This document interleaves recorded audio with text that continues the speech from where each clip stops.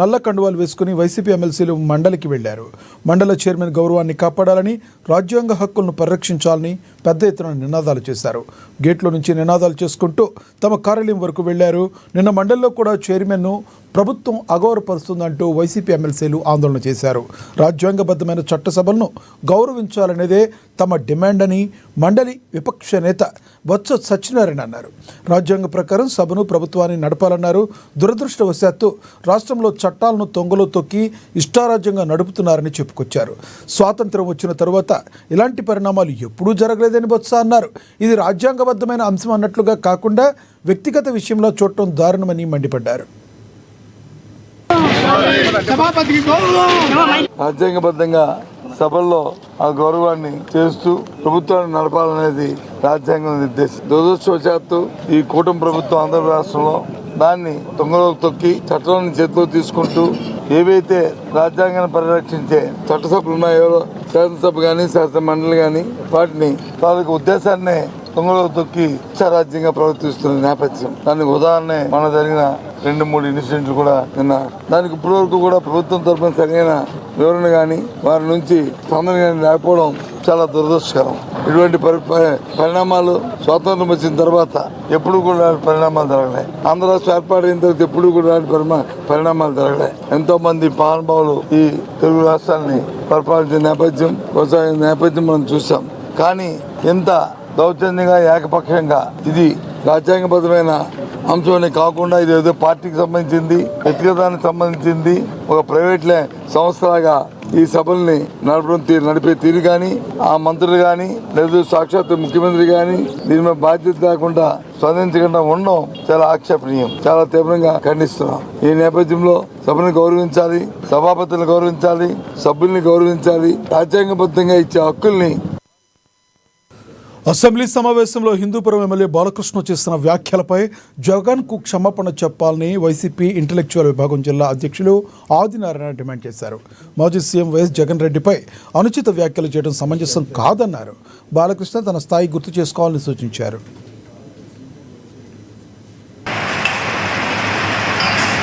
సాక్షాత్ అసెంబ్లీలో హిందూపురం నియోజకవర్గ తెలుగుదేశం పార్టీ ఎమ్మెల్యే నందమూరి బాలకృష్ణ గారు మాట్లాడినటువంటి మాటలు అత్యంత జుగుప్సాకరమైనటువంటి మాటలు మీరు మాట్లాడుతున్నటువంటి పరిస్థితి ఈ రోజు చూస్తున్నాం. ఈ రోజు అసెంబ్లీలో ఒక సైకోగాడు అని సంబోధించడం ఎంతవరకు సబబు? అదే విధంగా మీ తెలుగుదేశం ప్రభుత్వంలోనే సభలో లేనటువంటి వ్యక్తులను వారి గురించి మాట్లాడకూడదని ఒక చిన్న రూల్ పెట్టుకున్నటువంటి మీరు ఈ రోజు మాట్లాడటము చాలా దౌర్భాగ్యమైనటువంటి పరిస్థితి. అదే విధంగా మీరు చేతిలో ఒక మెంటల్ సర్టిఫికేట్ పెట్టుకొని ఏమి మాట్లాడినా ఏమి తిట్టినా గానీ ఈ రాష్ట్ర ప్రజలు చూస్తూ ఊరుకుంటున్నారని మీరు భ్రమలో ఉంటున్నారు నందమూరి బాలకృష్ణ గారు. అదే విధంగా నిన్నటి రోజున అసెంబ్లీలో ఒక భవనాన్ని ప్రారంభోత్సవం చేయటం జరిగింది. మరి ఆ ప్రారంభోత్సవంలో మండల చైర్మన్ అన్నటువంటి ఒక దళిత చైర్మన్ ని మీరు పిలవకుండా ఒక భవనాన్ని ప్రారంభోత్సవం చేస్తున్నారంటే ఎంత సిగ్గుమాలినటువంటి చర్య. దళితులను ఏ విధంగా మీరు అవమానపరుస్తున్నారో ఒక్కసారి ఆలోచన చేసుకోవాలి. అంతేకాదు ఈ రోజు అసెంబ్లీలో జరుగుతుంటే సుమారు 30 మంది కూడా ఆ యొక్క సభలో లేనటువంటి పరిస్థితి. ఎందుకు అసెంబ్లీలు పెట్టుకొని కాలక్షేపానికి పెట్టుకున్నటువంటి పరిస్థితి చూస్తున్నారు రాష్ట్ర ప్రజలు. అదే విధంగా ఒక చీఫ్ విప్ అయినటువంటి వినుకొండ నియోజకవర్గ ఎమ్మెల్యే ఆంజనేయులని తీసుకొని అప్పటికప్పుడు 17 మంది ఎమ్మెల్యేలను నియోజకవర్గానికి అసెంబ్లీకి తీసుకొని రావడం జరిగింది. చూస్తూ ఉంటే అసలు అసెంబ్లీలో ప్రజల పక్షాన పోరాడతామా లేదా ప్రజల గొంతుగా వినిపిస్తారా అనేది ఒకసారి ఆలోచన చేసుకోవాలి. అదే విధంగా ఈరోజు చూస్తుంటే సూపర్ హిట్ అయిపోయినాదని చెప్పేసి పెద్ద పెద్ద సభలు మీరు పెట్టుకోవటం చూస్తున్నాం. ఎక్కడ మీరు సూపర్ హిట్ ఇచ్చారు? మహిళలకు ఇస్తానన్నటువంటి 1500 రూపాయలు మీరు ఇచ్చారా? అదే విధంగా బీసీలకు, ఎస్సీలకు, ముస్లిం మైనార్టీలకు 50 సంవత్సరాలకే పింఛన్లు ఇస్తానన్నటువంటి మాటలు ఏమైపోయినాయి? అసెంబ్లీలో కామినేని శ్రీనివాసరావు వ్యాఖ్యలు బాధాకరమని వైసీపీ నేత విజయభాస్కర్ రెడ్డి అన్నారు. శాసనసభలో ఎమ్మెల్యే బాలకృష్ణ మాజీ సీఎం జగన్ను సైకో అని, హీరో చిరంజీవిని వాడు వీడియోని సంబోధించడం సమంజసం కాదన్నారు. అసెంబ్లీలో బాలకృష్ణ వ్యాఖ్యలు, హావభావాలు అందరూ గమనించారన్నారు. సినిమాటోగ్రఫీ మంత్రి కందుల దుర్గేష్ను కూడా అవమానించారని అసహనం వ్యక్తం చేశారు. శాసనసభలో ఒక చర్చ జరిగినప్పుడు సంబంధిత శాఖ మార్చిలో లేకపోతే ముఖ్యమంత్రి గారు సమాధానం ఇవ్వాలి. కామినేని శ్రీనివాసరావు గారు మాట్లాడింది జగన్మోహన్ రెడ్డి గారి గురించి, సినిమా రంగం గురించి మాట్లాడారు. దానికి సినిమాటోగ్రఫీ మంత్రి అయినటువంటి కందులు దుర్గేష్ గారు సమాధానం చెప్పాలి, లేదా ముఖ్యమంత్రి గారు సమాధానం చెప్పాలి సభా ప్రాతినిధ్యం ప్రకారం. కానీ బాలకృష్ణ గారు రావటం, ఆయన మాట్లాడటం తీరు చూస్తుంటే, మనం ఆయన హావభావాలు కూడా చూస్తుంటే, ఆయన ఒక పక్క నుంచి అసెంబ్లీని బారనుకుంటున్నాడేమో నాకైతే అర్థం కాదు. అంతేకాకుండా జగన్మోహన్ మాజీ ముఖ్యమంత్రి గారిని సైకో అంటాం, చిరంజీవి గారిని వీడేమైనా పిలిచాడా అని అంటాం, సభ్యత సంస్కారం లేకుండా ప్రవర్తించడం, అసెంబ్లీని స్పీకర్ని గౌరవించకుండా 2 చేతులు జేబుల్లో పెట్టుకొని అన్నమయ్య జిల్లా రైల్వే కోడూరు పరిధిలోని స్థానిక సామాజిక ఆరోగ్య కేంద్రంలో మోడీ జన్మదినోత్సవ వేడుకలు అత్యంత ఘనంగా జరిగాయి. రైల్వే కోడూరు ఓబులవారిపల్లి బీజేపీ మండల అధ్యక్షులు శ్రీధర్, ముక్కా రూపేశ్వరరెడ్డి ఆధ్వర్యంలో మోడీ జన్మదినోత్సవ వేడుకలు నిర్వహించారు. సేవా పక్షోత్సవాల్లో భాగంగా మొదటగా రక్తదాన శిబిరం ఏర్పాటు చేశారు. ఈ రక్తదాన శిబిరాన్ని అన్నమయ్య జిల్లా బీజేపీ అధ్యక్షులు సాయి లోకేష్ కుమార్ ప్రారంభించారు. అనంతరం హాస్పిటల్ సిబ్బందికి భోజనాలు అందజేశారు. గౌరవ ప్రధానమంత్రి శ్రీ నరేంద్ర మోదీ గారి 75వ జన్మదిన సందర్భమున సెప్టెంబర్ 17వ తేదీ నుంచి అక్టోబర్ 2వ తేదీ వరకు సేవా పక్వాడా అంటే సేవా పక్షోత్సవాలు అనే ఒక కార్యక్రమం ద్వారా దేశమంతటా కూడా అనేక సేవా కార్యక్రమాలు నిర్వహించడం జరిగింది. అందులో భాగంగా రక్తదాన శిబిరాలు, మరి స్వచ్ఛ భారత్ కార్యక్రమాలు, మొక్కలు నాటే కార్యక్రమాలు, మరి హెల్త్ క్యాంపులు అనేది గ్రామీణ ప్రాంతాల్లో, గ్రామాల్లో కూడా మండల స్థాయిలో, జిల్లా స్థాయిలో కూడా ఇది నిర్వహించడం జరిగింది.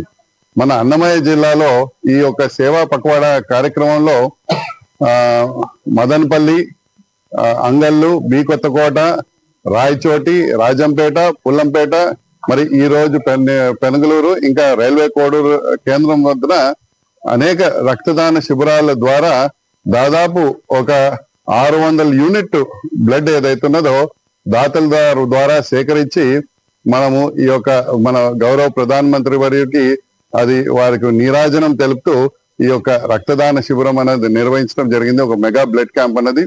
అందులో భాగంగా ఎంతో అద్భుతంగా పెద్ద ఎత్తున ప్రజలందరూ కూడా వారికి కృతజ్ఞత తెలియజేస్తూ, మనమందరికీ కూడా చూసాం ఈ రోజు వారు మన దేశానికి ఏ విధంగా పాటుపడుతున్నారు, దేశ అభ్యున్నతానికి ఏ విధంగా వారు ముందుకు వెళ్తున్నారు అన్నది వారికి అందరినీ కూడా ప్రజలందరూ కూడా దాన్ని గమనించి వారికి కృతజ్ఞత తెలియజేస్తూ ఈ యొక్క మెగా బ్లడ్ క్యాంప్ లో ఎవరైతే వారి రక్తదానం చేశారో వారికి అందరు కూడా మేము హృదయపూర్వకంగా కృతజ్ఞత తెలియజేస్తున్నాం.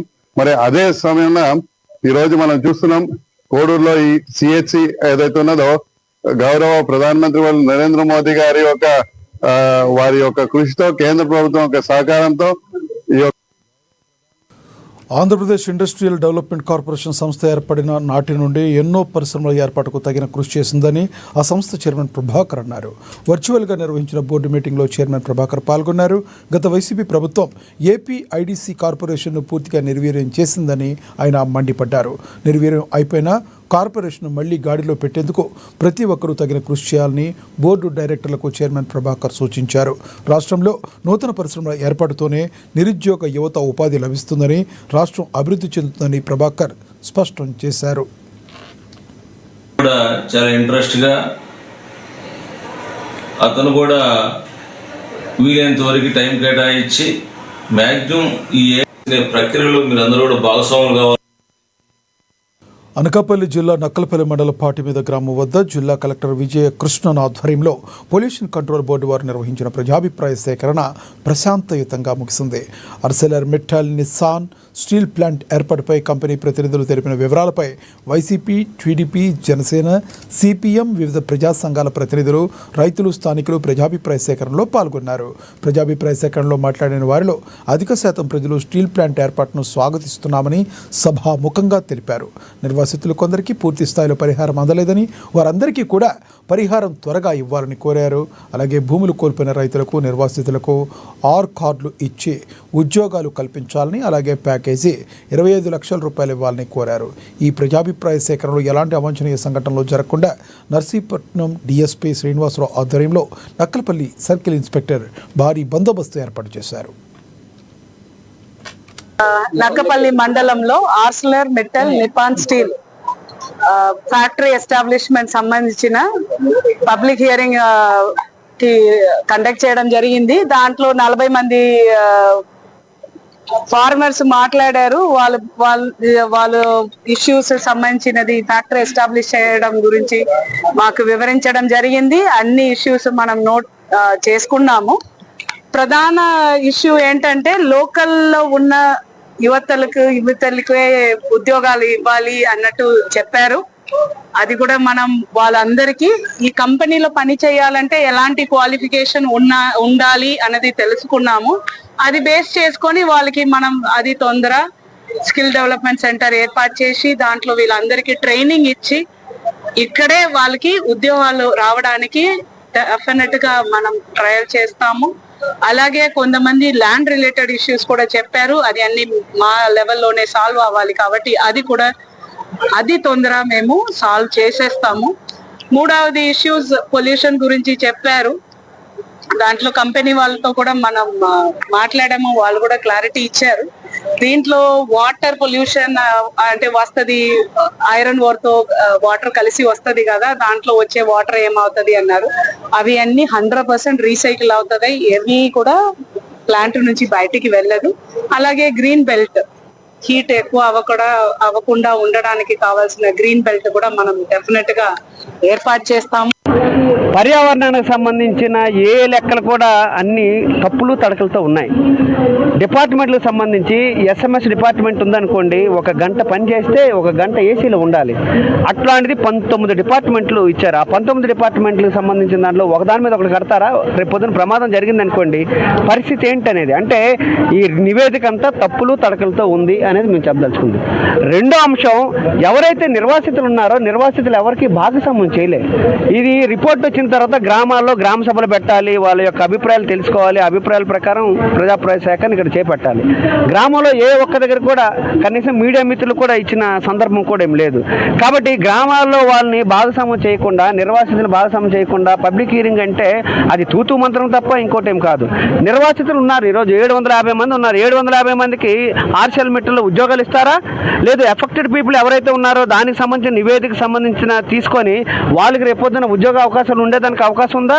మొత్తంగా చూసుకుంటే నిర్మాణ రంగంలో 22,000 ఇస్తామని తెలియజేస్తున్నారు. 22,000 మంది ఎవరికి ఇస్తారు? ఎవరైతే ప్రైవేట్ కంపెనీలు ఉన్నాయో ఆ ప్రైవేట్ కంపెనీల యొక్క మనుషులకు ఇస్తారా, లేదా భూములు కోల్పోయిన భారతీయ జనతా పార్టీతో కుమ్మక్కై ఓట్ల దొంగతనానికి పాల్పడిన కేంద్ర ఎన్నికల సంఘం వ్యవహార శైలి మార్చుకోవాలని కడప జిల్లా కాంగ్రెస్ అధ్యక్షురాలు విజయజ్యోతి డిమాండ్ చేశారు. 1,00,000 సంతకాల సేకరణలో భాగంగా ఏఐసిసి రాష్ట్ర కాంగ్రెస్ అధ్యక్షురాలు వైఎస్ షర్మిలారెడ్డి ఆదేశాలతో పోరుమామిళ్లపట్నంలో సంతకాల సేకరణ కార్యక్రమం నిర్వహించారు. కేంద్ర ఎన్నికల సంఘం ఓటర్ల జాబితాలో అవకతవకలు సృష్టించి బీజేపీతో కుమ్మక్కై అనేక రకాలుగా ఓట్ల చోరీకి పాల్పడుతుందని కాంగ్రెస్ నాయకులు హెచ్చరించారు. లోక్సభ ప్రతిపక్ష నేత రాహుల్ గాంధీ వేసిన ప్రశ్నలకు ఎన్నికల సంఘం దగ్గర ఎలాంటి సమాధానం లేదని వారు విమర్శించారు. మన యొక్క రాహుల్ గాంధీ గారు, ప్రధాన ప్రతిపక్ష నేత రాహుల్ గాంధీ గారు చేస్తున్నటువంటి పోరాటానికి మద్దతుగా ఓట్ల చోరీ విధానానికి ఎలక్షన్ కమిషన్ వ్యతిరేకంగా ఏఐసిసి పిలుపు మేరకు రాష్ట్ర అధ్యక్షురాలు షర్మిలారెడ్డి మరియు అదేవిధంగా మన కడప జిల్లా అధ్యక్షురాలు విజయజ్యోతి మేడం గారి ఆధ్వర్యంలో ఈరోజు పోరామిళ్లపట్నంలో కూడా ఒక సంతకాల సేకరణ కార్యక్రమం జరుగుతుంది. ముఖ్యంగా మన యొక్క Bharatiya Janata party, election commission ఇద్దరు కూడా కుమ్మక్కై ఓట్ల చోరీకి పాల్పడి గత 3 దఫాలుగా ఈ యొక్క గెలుపు పొందడం అనేటువంటిది ప్రజలంతా కూడా గమనిస్తా ఉన్నారు. రాహుల్ గాంధీ గారు ఎలక్షన్ కమిషన్ పైన అనేకమైనటువంటి నిజ ఆధారాలతో సహా వాళ్ళు చేస్తున్నటువంటి అవకతవకలంతా కూడా బయటపెట్టి దేశవ్యాప్తంగా ప్రజలందరికీ కూడా కనువిప్పు చేసినటువంటి సందర్భం. మరి ఈ విధంగా చేస్తున్నటువంటి ఓట్ల చోరీకి పాల్పడి ఈరోజు భారతదేశంలో భారత రాజ్యాంగాన్ని తూట్లు పొడిచి బీజేపీ చేస్తున్నటువంటి ఆకృత్యాలకు వ్యతిరేకంగా ప్రతి ఒక్క పౌరుడు, ప్రతి ఒక్క భారతీయ జాతికి చెందినటువంటి ప్రతి ఒక్క పౌరుడు కూడా వాళ్ళ యొక్క సంతకాలతో ఈ యొక్క ఎలక్షన్ కమిషన్ కి వ్యతిరేకంగా మా యొక్క ఓటు హక్కును మాకే కావాలన్నటువంటి ఉద్దేశంతో చేస్తున్నటువంటి స్వస్థ నారీ స్వశక్తి పరివార అభియాన్ కార్యక్రమంలో భాగంగా ప్రకాశం జిల్లా చేమకుర్తి సామాజిక ఆరోగ్య కేంద్రంలో హెల్త్ క్యాంప్ నిర్వహించారు. పలు రకాల క్యాన్సర్ సంబంధిత వ్యాధులకు స్క్రీన్ టెస్ట్ సంబంధిత వైద్యుల చేత అవగాహన సదస్సు నిర్వహించారు. స్థానిక BVSR ఇంజనీరింగ్ కళాశాల వారి సౌజన్యంతో రక్తదాన శిబిరం నిర్వహించారు. రక్తదాన కార్యక్రమంలో కళాశాల విద్యార్థులు విరివిగా పాల్గొన్నారు. ఆడవారిలో ఎక్కువగా కనబడే 14 రకాల క్యాన్సర్స్, టీవీ, నిమ్ము మొదలగు రకాల వ్యాధులకు స్క్రీనింగ్ టెస్టులు నిర్వహించి మందులు ఇచ్చినట్లుగా సూపరింటెండెంట్ వేణుగోపాల్ రెడ్డి తెలిపారు. స్వశక్తి పరివార్ కార్యక్రమం కింద ఈరోజు మన హాస్పిటల్లో చేమకుర్తి హాస్పిటల్లో మెడికల్ క్యాంపు మరియు బ్లడ్ డొనేషన్ క్యాంపు చేయడం జరుగుతుంది. ఈ మెడికల్ క్యాంప్ నందు 14 విభాగాలకు సంబంధించిన స్పెషలిస్ట్ డాక్టర్సు హాజరవుతున్నారు. కాబట్టి ఈ ప్రోగ్రాం ఇప్పుడే మున్సిపల్ కమిషనర్ గారి చేతుల మీదుగా ప్రారంభించడం జరిగింది. బ్లడ్ డొనేషన్ క్యాంపు మన engineering college principal Pratap Kumar గారు ప్రారంభోత్సవం చేయడం జరిగింది. ఈ కార్యక్రమంలో భాగంగా మాకు NCD district programme officer Bhagirathi గారు మరియు AIDS and leprosy district programme officer Srivani గారు వచ్చారు. అలాగే మా HDS కమిటీ మెంబర్స్ అయిన డాక్టర్ చెరుకూరి వెంకటేశ్వర గారు, డాక్టర్ సుధాకర్ గారు, డాక్టర్ శివపార్వతి గారు అందరూ హాజరయ్యారు. వీళ్ళందరికీ ఈ ప్రోగ్రాంకి హాజరైనందుకు పత్రికాముఖంగా కృతజ్ఞతలు తెలియజేసుకుంటున్నాను. ఈ సందర్భంగా హాస్పిటల్లో దాదాపు మేము 400-450 మంది పేషెంట్స్కి ట్రీట్ చేయాలనుకుంటున్నాము. దానికి సంబంధించిన ఏర్పాట్లు అన్నీ జరుగుతున్నాయి. కాబట్టి ప్రజలందరూ ఈ ప్రోగ్రామ్ని వినియోగించవలసిందిగా కోరుచున్నాము. ప్రకాశం జిల్లా SP హర్షవర్ధన్ రాజు ఆదేశాలతో మార్కాపురం DSP పర్యవేక్షణలో విస్తృతంగా పోలీస్ పెట్రోలింగ్ నిర్వహించారు. ఈ కార్యక్రమంలో circle inspector Subbarao, town SP Saidubabu, rural SI Ankamarao, 40 మంది సిబ్బంది పాల్గొన్నారు. పట్టణంలోని వివిధ వీధుల గుండా పెట్రోలింగ్ నిర్వహించడంతో పాటుగా ప్రధాన ప్రదేశాల్లో వాహనాలను తనిఖీ చేసి అనుమానాస్పద వ్యక్తుల ఐడెంటిటీ కార్డులు తనిఖీలు చేశారు.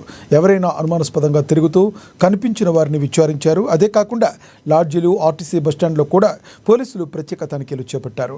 పోలీసులు ప్రజలకు విజ్ఞప్తి చేస్తూ పట్టణ పరిధిలోకి కొత్తగా వచ్చిన వ్యక్తులు కానీ అనుమానాస్పద వ్యక్తులు కానీ ఎవరైనా కనిపిస్తే వెంటనే పోలీసులకు సమాచారం అందించాలని కోరారు. సమాచారం లభించిన వెంటనే విచారణ జరిపి సస్పెక్టుగా తేలితే సంబంధిత వ్యక్తులపై చట్టపరమైన చర్యలు తీసుకుంటామని తెలిపారు. పట్టణ శాంతి భద్రతల కాపాడటంలో ప్రజలు సహకరించాలని పోలీసులు కోరుతున్నారు. ఈరోజు మా గౌరవనీయులైన ప్రకాశం జిల్లా SP గారు శ్రీ హర్షవర్ధన్ రాజు IPS గారి ఆదేశాల మేరకు మార్కాపురం పట్టణంలో మా మార్కాపురం DSP గారు పర్యవేక్షణలో మేము మా సర్కిల్ స్టాఫ్ అందరం కలిసి మార్కాపురం పట్టణం నందు పెట్రోలింగ్ నిర్వహించడం జరిగింది. పెట్రోలింగ్తో పాటు కొన్ని ప్రదేశాల్లో వెహికల్ చెక్కింగ్, అదేవిధంగా నైట్ టైం ఎవరైనా అనుమానాస్పదంగా కనిపించినట్లయితే వాళ్ళని పిన్స్ డివైస్ తో చెక్ చేసి వాళ్ళ యొక్క ఐడెంటిటీని వెరిఫై చేయడం జరిగింది.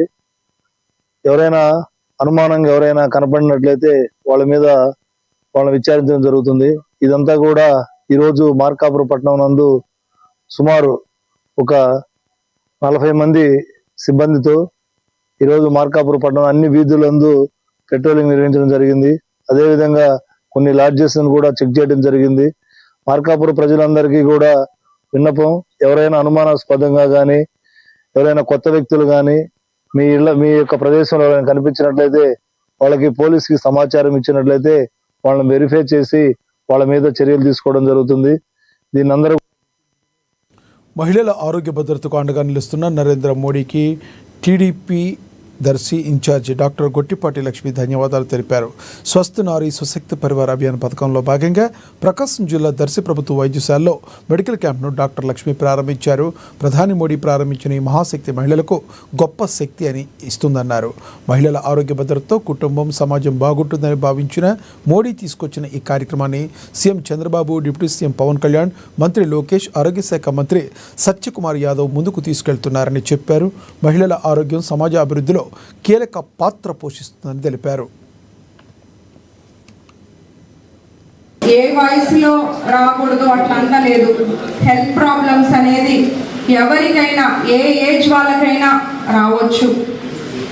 కొంతమంది అనుకోవచ్చు మాకు సమయం లేదు, లేదా మాకు డబ్బులు ఇబ్బంది ఉంది, పనులకు వెళ్తున్నామని. ఇవన్నీ మనం చేసుకోవాలన్నా ముందు మన ఆరోగ్యం మన చేతిలో బాగుండాలి. గవర్నమెంట్ హాస్పిటల్స్ అందుబాటులో ఉన్నాయి, మంచి డాక్టర్స్ ఉన్నారు, మీకు ఎప్పుడు వచ్చినా చక్కగా రిసీవ్ చేసుకొని రెస్పాండ్ అయ్యి ఇప్పుడు అన్ని టెస్టులు కూడా మనకి ఇక్కడ ఫ్రీగా అన్ని టెస్టులు చేస్తున్నారు. ఇక్కడ చేయలేనివి ఒంగోలు కానీ కొంచెం పెద్ద హాస్పిటల్ అవి కూడా గవర్నమెంట్ హాస్పిటల్స్కి ఇక్కడ అనుమానంగా ఉన్నది లేదా కొద్దిగా రిస్క్ కేసులు ఇంకొంచెం పెద్ద టెస్టులు అవసరమైనవి పెద్ద హాస్పిటల్స్కి పంపించడం జరుగుతుంది.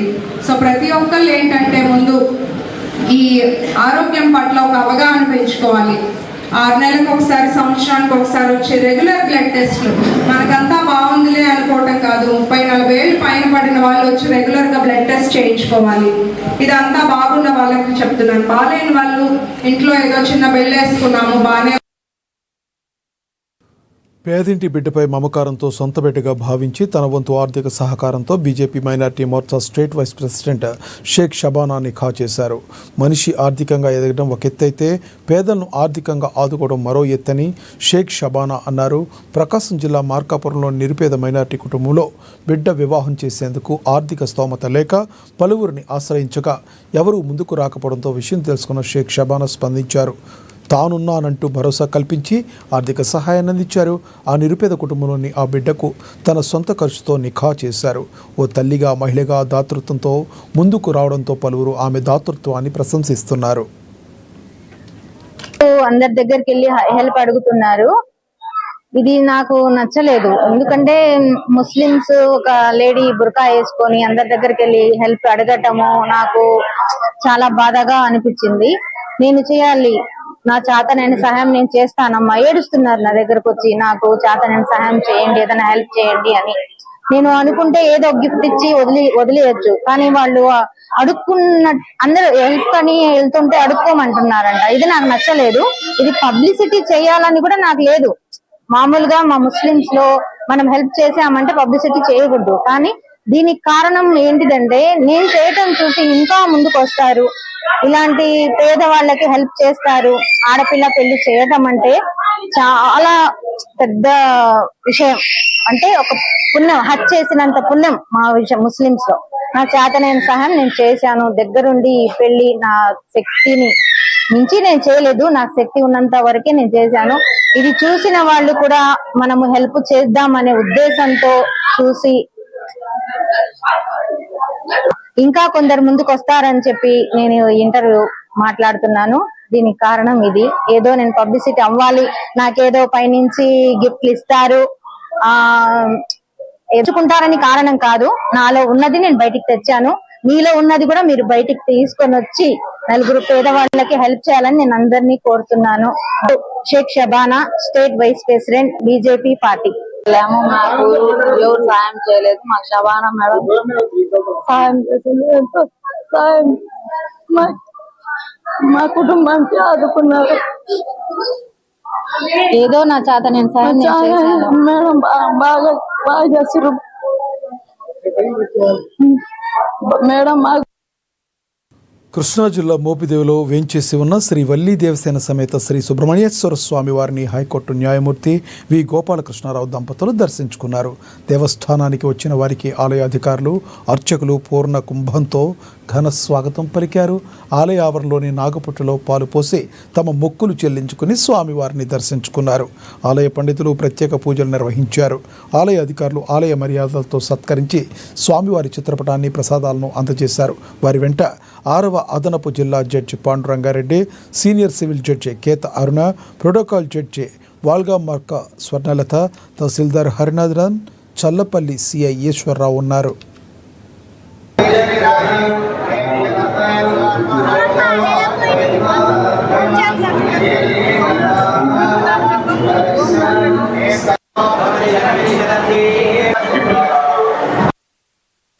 విజయవాడ దుర్గమ్మ సన్నిధిలో వికలాంగులకు దర్శనం అందడం లేదని ఆరోపణలు వస్తున్నాయి. వికలాంగులు నేలపై పాక్కుంటూ ఓంకారం వరకు వెళుతున్నారు. అయితే ఆ దృశ్యాన్ని గమనించిన మీడియా ప్రతినిధులు హ్యాండిక్యాప్ వీల్ చైర్ ఎక్కించి ఆ భక్తుడికి దర్శనం చేయించారు. బ్యాటరీ వెహికల్ ఎక్కించుకోమని అడిగితే బ్యాటరీ ఛార్జింగ్ అయిపోయిందని బ్యాటరీ వెహికల్ డ్రైవర్ చెప్పి తప్పించుకున్నారని వికలాంగుడు ఆవేదన వ్యక్తం చేశారు. నిస్సహాయతతో అమ్మవారి దర్శనం కోసం పాక్కుంటూ వచ్చినట్లుగా అతడు తెలిపాడు. గొడవ వేసుకున్నా కానీ పంపించలేదు సార్. నేను భవానీ ఘాట్కి వెళ్ళి అక్కడ వెహికల్స్ లో వచ్చాను సార్. అక్కడ దింపాను సార్. కింద అన్నింటి నడుచుకుంటూ వచ్చాను సార్. కింద బ్యాటరీ వెహికల్ ఉంది అన్నారు. ఆ బ్యాటరీ వెహికల్ అడిగితే వాళ్ళు ఇప్పుడు దాకా చాలా టికెట్ వేసారంట, ఛార్జింగ్ పెట్టుకున్నారు, 2 hours పట్టింది అంటున్నారు సార్. నేను పొద్దున కరెక్ట్ గా 10కి వచ్చాను సార్. కిందనే దింపుతున్నాను కానీ ఎవరు పైకి రాగలేదు సార్. పోనీ అటాకలో దేవుడు చూడటానికి కదా కిందని వచ్చాను సార్. చిన్న పిల్లలు వేసుకుని ఏడవకూడదు సార్. ఎందుకంటే నాకు చాలా డిగ్నిటీగా బతికే ఫ్యామిలీ. పిల్లల ముందు ఏడిస్తే ఎలా ఉంటుంది సార్? చండాలంగా. నేను నిజం చెప్తున్నా సార్. నేను జనసేన కార్యకర్తను సార్. నేను అసలు మాట్లాడకూడదు అనుకున్నా. ఏ రోజు ఇలాంటి మాట్లాడకూడదు అనుకున్నా. నిజం సార్ చెప్తున్నా. మాట్లాడకూడదు, ఎందుకు ప్రభుత్వాలు చట్టపేరని చెప్పి నేను మాట్లాడుతున్నా సార్. ఎంత ఓపిక నశిస్తే ఇంత మాట వస్తాయి సార్. నిజం చెప్పి నేను భవానీ ఘాట్కి వెళ్ళి అక్కడ నా వెహికల్ పెట్టి అక్కడ ఒక వెహికల్ ఏదో ఉంటే అది ఎక్కి ఇక్కడికి వచ్చాం సార్. అక్కడ దింపారు సార్. అక్కడి నుంచి వీల్ చైర్ కూడా లేదు సార్. నాకు వీల్ చైర్లేమో విఐపీలకు తీసుకెళ్తున్నారు సార్. విఐపీలేనా? విజయవాడ ఇంద్రకీలాద్రిపై శరన్నవరాత్రి ఉత్సవాలు ఘనంగా జరుగుతున్నాయి. 6వ రోజు కనకదుర్గ అమ్మవారు శ్రీ లలితా త్రిపుర సుందరీదేవి అలంకారంలో భక్తులకు దర్శనమిస్తున్నారు. తెల్లవారుజాము నుండి భక్తులు పెద్ద ఎత్తున తరలివచ్చి ఆ జగన్మాతను దర్శించుకుంటున్నారు. త్రిమూర్తుల కన్నా పూర్వం నుంచే ఉంది కాబట్టి అమ్మను త్రిపుర సుందరి నామంతో పిలుస్తారు. పంచదశీక్షరి మంత్రానికి అదిరే దేవతగా, శ్రీచక్ర అధిష్టాన దేవతగా శ్రీ లలితా త్రిపుర సుందరీ దేవి అవతారంలో అమ్మవారు తనను ఆశ్రయించిన భక్తులను అనుగ్రహిస్తారు.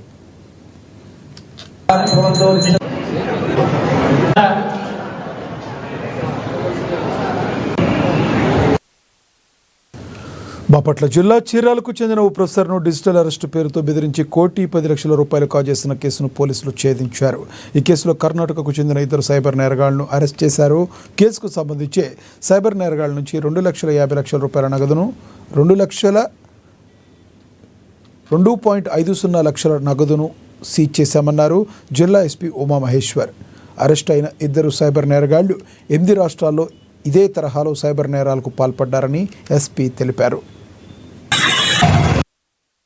ఎంటైర్ ట్రాన్సాక్షన్స్ సంబంధించినటువంటి డీటెయిల్స్ తీసుకోవడం, వాటిని అనాలిసిస్ చేయడం, ఈ క్రిమినల్స్ కాంటాక్ట్ చేసినటువంటి నెంబర్స్ ద్వారా, బాధితుల్ని కాంటాక్ట్ చేసినటువంటి నెంబర్స్ ద్వారా సిడిఆర్ కాల్ వివరాలని అప్టైన్ చేసి వాటిని అనాలిసిస్ చేసుకొని టవర్ డంప్ ద్వారా, అదేవిధంగా ఈ నిందితులు ఈ 1,10,00,000 అకౌంట్స్ ట్రాన్స్ఫర్ చేసుకున్న తర్వాత చాలా ఎక్కువ మోతాదులో జరిగినటువంటి చెక్ విత్డ్రాయల్స్ కానీ, అదేవిధంగా ఏటీఎం విత్డ్రాయల్స్ పలు రాష్ట్రాల్లో జరిగినాయి. కర్ణాటక రాష్ట్రాల్లోనూ, తమిళనాడు రాష్ట్రంలోనూ ఈ ట్రాన్సాక్షన్స్ జరిగినట్టు మేము వెంటనే గుర్తించడం జరిగింది. మా టీమ్స్ని ఇమీడియట్లీ కన్సర్న్ రాష్ట్రాలకు పంపించడం, అక్కడ ఉన్నటువంటి నిందితుల్ని ట్రేస్ చేసి ఇమీడియట్గా అక్కడ ఉన్నటువంటి ఆ రాష్ట్ర పరిధిలో ఉన్నటువంటి లోకల్ పోలీస్ అధికారుల సహాయంతో మా టీమ్స్ ఇమీడియట్గా వాళ్ళని ట్రేస్ చేసుకుంటూ హెడ్ క్వార్టర్లో ఉన్నటువంటి మా సైబర్ విభాగం